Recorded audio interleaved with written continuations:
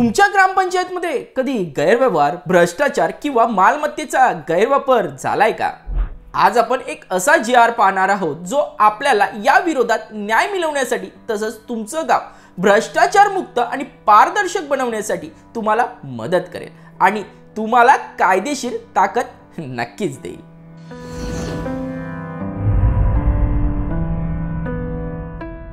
नमस्कार मित्रांनो, मी सुहास. शासनाने 4 जानेवारी 2017 रोजी हा जी.आर. प्रसिद्ध केला, जो सरळ सांगतो की ग्रामपंचायतीतील कोणत्याही गैरव्यवहाराला आळा घालण्यासाठी आणि दोषींवर कारवाई करण्यासाठी कठोर उपाययोजना आखल्या आहेत. मग हा जी.आर. बघा. ग्रामपंचायतीच्या आर्थिक व्यवहारात अनियमितता करणे अथवा ग्रामपंचायतीच्या मालमत्तेचा अथवा निधीचा अपहार करणे, तसेच ग्रामपंचायतीतील मूळ दस्तऐवजामध्ये खोट्या बनावट कागदपत्रांचा समावेश करणे किंवा फेरफार करणे हा गुन्हा असल्याने या गुन्ह्यास जबाबदार असणाऱ्या संबंधित सरपंच, उपसरपंच, ग्रामपंचायतीचे सचिव, ग्रामसचिव, ग्रामपंचायतीचा कर्मचारी यांच्या विरोधात फौजदारी गुन्हा तत्काळ दाखल करण्यात यावा असे स्पष्ट उल्लेख आहे. आता समजून घेऊयात गैरव्यवहार म्हणजे नक्की काय.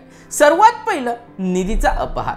गावाच्या विकासासाठी मंजूर झालेल्या निधीची चुकीच्या पद्धतीने वापर होणे किंवा वापर न होता बिल काढणे. दुसरं म्हणजे बनावट कागदपत्र. खोट्या सही किंवा बनावट दस्तऐवजांचा समावेश तसंच चुकीच्या कायद्यात न बसणारे ठराव मंजूर करणे. आणि शेवटी मालमत्तेचा गैरवापर.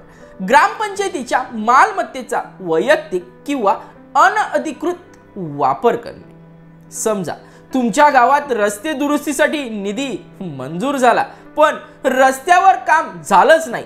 पैसे कुठे गेले? हा जी.आर. सांगतो की तुम्ही तक्रार करू शकता आणि दोषींना जबाबदार धरलं जाईल.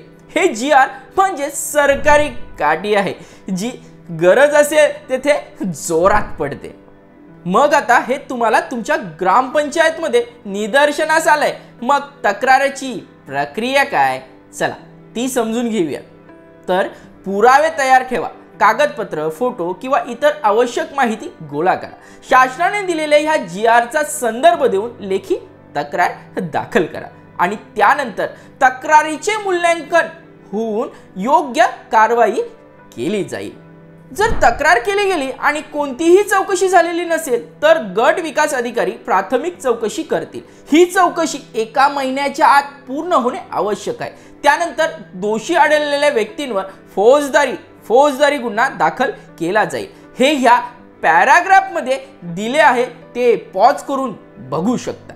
गट विकास अधिकारी म्हणजेच गावातलं CID डिपार्टमेंट आहे. त्यांच्या चौकशीतून काही सुटत नाही.